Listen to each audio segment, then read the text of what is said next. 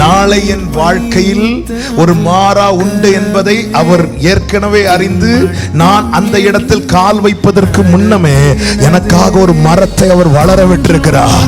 அதை தான் சொன்னேன், தேவன் நடத்துகிற பாதையில் சில கசப்பான அனுபவங்கள் உண்டாகும் போது அதை நினைத்து சோர்ந்து பின்வாங்கிறாதே, அதன் பக்கத்திலே தான் சொல்யூஷன் வைத்திருக்கிறார். நம்புறவங்க மாத்திர கைகளை உயர்த்தி ஆமென் சொல்லுங்க பார்க்கலாம். ஆமென். இஸ்மவேலுக்காக ஆகார் அலைந்து திரிந்து அழுது ஒரு இடத்துல இருந்து உட்கார்ந்தா. அது பக்கத்துல தான் ஊற்ற வைத்திருந்தான். சில நேரத்தில் உன்னை அலைய விடுவார், பேசாம இருப்பார், உன் காலை தளர பண்ணி ஒரு இடத்துல உட்கார வைப்பார். அங்கதான் உனக்கான சொல்யூஷன் வச்சிருப்பார். ஆமென். அவன் அலைந்து தண்ணீர் கிடைக்காம அலைந்து திரிந்து இதுக்கு மேல அடுத்த ஸ்டெப் எடுத்து வைக்க முடியாதுன்னு சொல்லிட்டு ஒரு இடத்துல வந்து அவ உட்கார். அவளுடைய முயற்சி முடிகிற இடத்துலதான் அவருடைய கிருபை ஓப்பன் ஆகுது.